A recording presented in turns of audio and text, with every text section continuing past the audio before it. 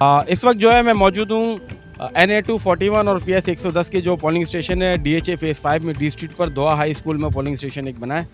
अच्छा, यहाँ पर जो है कुछ शिकायत इस तरह की हमें मौसूल हो रही थी कि एक तो ये था कि वो थंब लगाते हुए इंक पैड जो था वो लाइट सा था, और सेकंड जो था वो एक तो इनकी सीढ़ियाँ इतनी ऐसी इन्होंने ऊपर की तरफ बनाई हुई है कि ऊपर चढ़ने में बहुत मुश्किलात का सामना करना पड़ा। तंग जो है अंदर क्लासेस की जो है गलियाँ बनी हुई हैं जहाँ पर जो है पोलिंग का प्रोसेस करने में दिक्कत हो रही है। सेकंड जो था वो ये जो है इशू भी आ रहा है यहाँ पर कि जो बुज़ुर्ग ख़वातीन हैं, क्योंकि हमने देखा था एक दो ख़वातीन हमारे सामने भी जो है सीढ़ियों से गिरी हैं, और अगर कोई व्हील चेयर पर आता है तो वो बिल्कुल भी जो है ऊपर जा ही नहीं सकता वोट डालने के लिए। इनको ये चाहिए था कि ये नीचे जो है कोई इस तरह का इंतज़ाम करते कि जो